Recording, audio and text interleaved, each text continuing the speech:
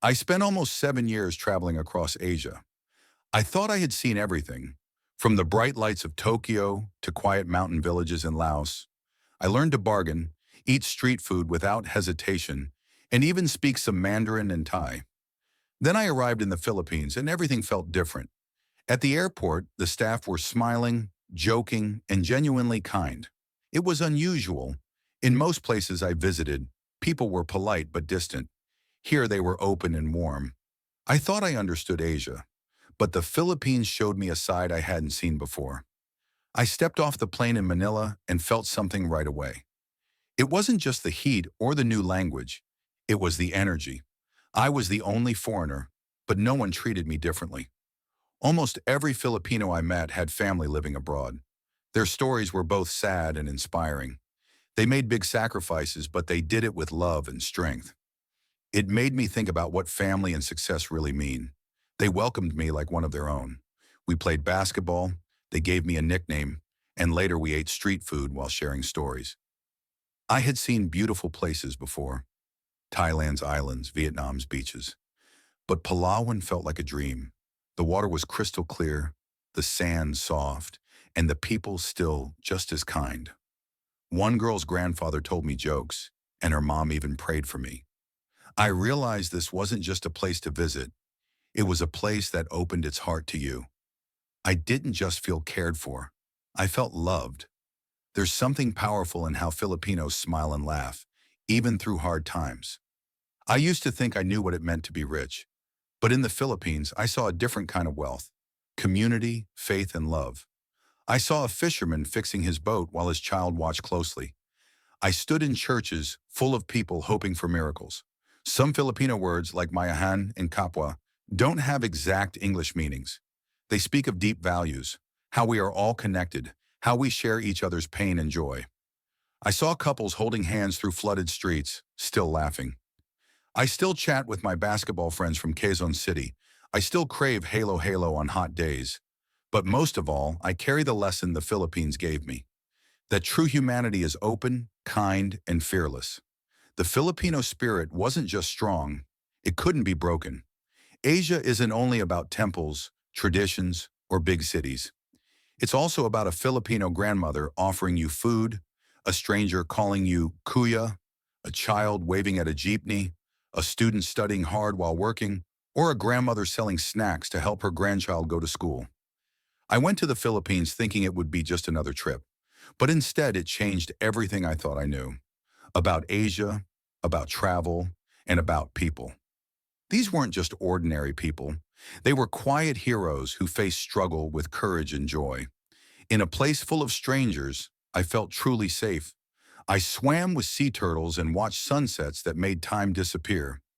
One of the first things I noticed was how well everyone spoke English, not just hotel workers, but almost everyone. I traveled to Cebu, Davao, I traveled to Siargao, and even tiny islands I had never heard of. Everywhere I went, people welcomed me like family. They gave me food, helped me get around, and shared their lives with me. No other country had made me feel this accepted. From sizzling sisig to kare-kare with bagoong, every dish had flavor, history, and a story. I learned that opo and po aren't just words. They're signs of deep respect. That karaoke isn't just fun, it's healing. That fiestas aren't just parties. They're ways of staying joyful, even through hard times. I even tried balut after hesitating for a long time. And honestly, it wasn't bad. From street vendors to jeepney drivers, almost everyone spoke English, not just fluently, but with personality. As we drove through rice fields, pineapple farms, and tiny towns, kids waved at every car that passed. These people didn't have much, but they still smiled so big. It humbled me. It made me realize how much I had taken for granted. Conversations came easily. I didn't feel like a tourist anymore. I felt like I was visiting old friends. One woman shared stories about the Marcos era and the People Power Revolution.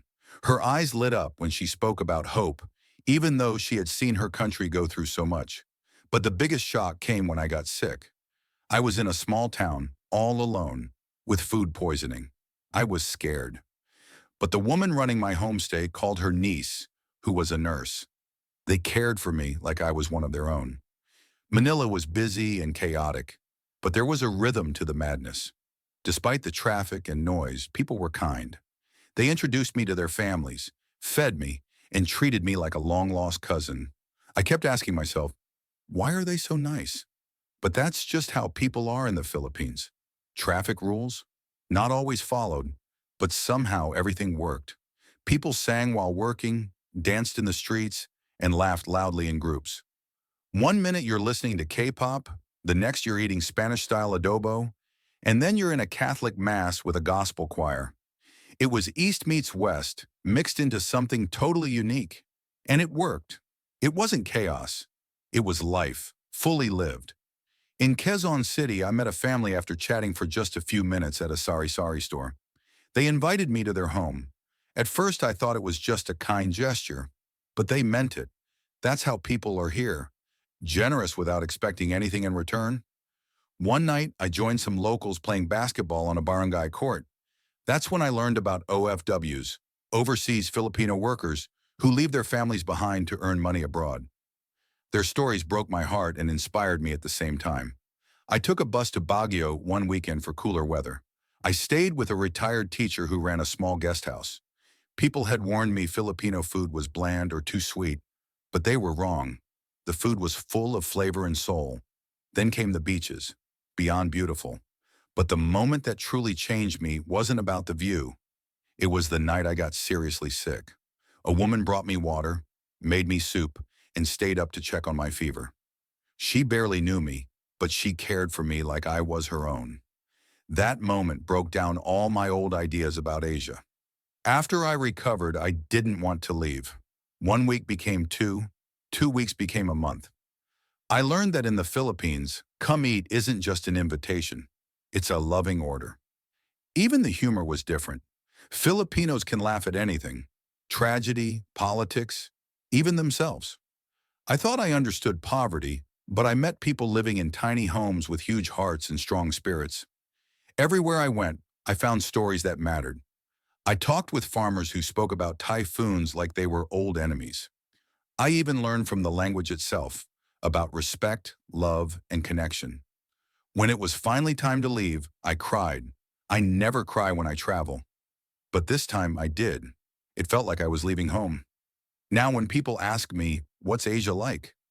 I stop and think, because I still carry a photo of the family that cared for me when I was sick. I thought I understood Asia. I really did. But the Philippines taught me something new, something deeper.